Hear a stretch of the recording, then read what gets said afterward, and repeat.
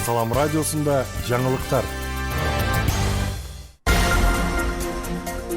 Саламатсыз бардактуу угарман жана көрүүчү, эфирде жаңылыктар түрмөгү, аны менен мен Нурпейил Ашур кызы тааныштырам.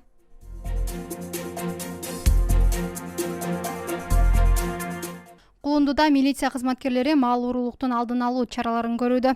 Лейлик районунун Кулунду Саада интернационал айылдарынын жашоочуларына мал уурулуктун алдын алуу максатында жергиликтүү милиция түшүндүрүү иштерин жүргүзүүдө. Бул тууралуу облустук милициядан билдиришти. Маалыматка караганда, иш-чарада жергиликтүү тургундарга мал сарайларды кечинде бекитүүгө, кулпларды салууга, мал камаган жайларды түнкүсүн жарыктандырууга, тала түзгө малдарды кароосуз айдабоого чакырып, чектешкен аймактарда чагымчыл аракеттерге жол бербөө боюнча түшүндүрүү иштери жүрдү.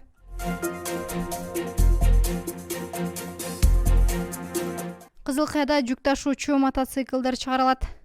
Кызылкая шаарында Өзбекстандын Фергана облусундагы Хамкор Груп компаниясы жүк ташуучу мотоциклдердин жана айыл чарба техникаларынын жабдууларын жыйналып даярдалат. Бул тууралуу Салам медиага Кызылкая шаарынын вице-мэри Жаныш Курбанов билдирди. Өзбекстандын ошол Хамкор Груп ишканасынын жетекчилери документтерин жыйнап атат. Августтун 15-терине примерно булардын жанагы инвесторлор бар экен Кытайлардан. Алар менен макулдашкандан кийин бизге чыкканга сөз беришкен.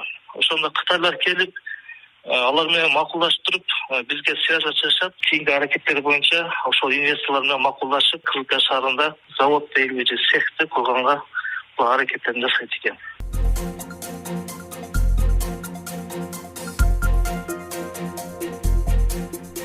Өлкөдө дыйкандарга арзандатылган дизель майы сатылууда. Кыргызстанда дыйкан фермерлерге 3 миллион литр дизель отуну жеңилдетилген баада сатылууда. Айыл чарба министрлигинин маалыматына таянсак, мамлекеттик минералдык резервтер фонду тарабынан Red Petroleum компаниясынын ортосунда дизелдик отун сатып алуу боюнча келишимдин негизинде квота райондорго бөлүштүрүлүп, 3 миллион литр дизель отуну 65 сомдон дыйкандарга бериле баштады.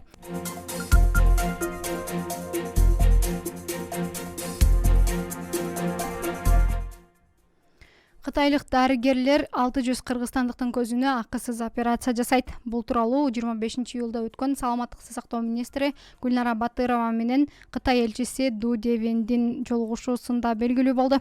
Маалыматка караганда, ошол жылдын сентябрь айында Кытайдын саламаттыкты сактоо боюнча мамлекеттик комитетине караштуу эл аралык кызматташтык борборунун экспресс-ден долбоору ишке ашат. Анда 600 кыргызстандыкка катаракта илдетине бекер операция жасоо пландалууда.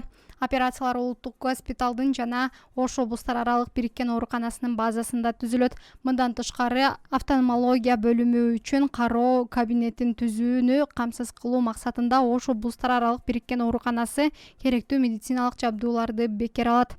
Долбоорду ийгиликтүү ишке ашыруу үчүн Кытай тарап аталган медициналык мекемелердин базасында операцияларды жүргүзө турган медициналык адистердин 2 тобун жөнөтөт.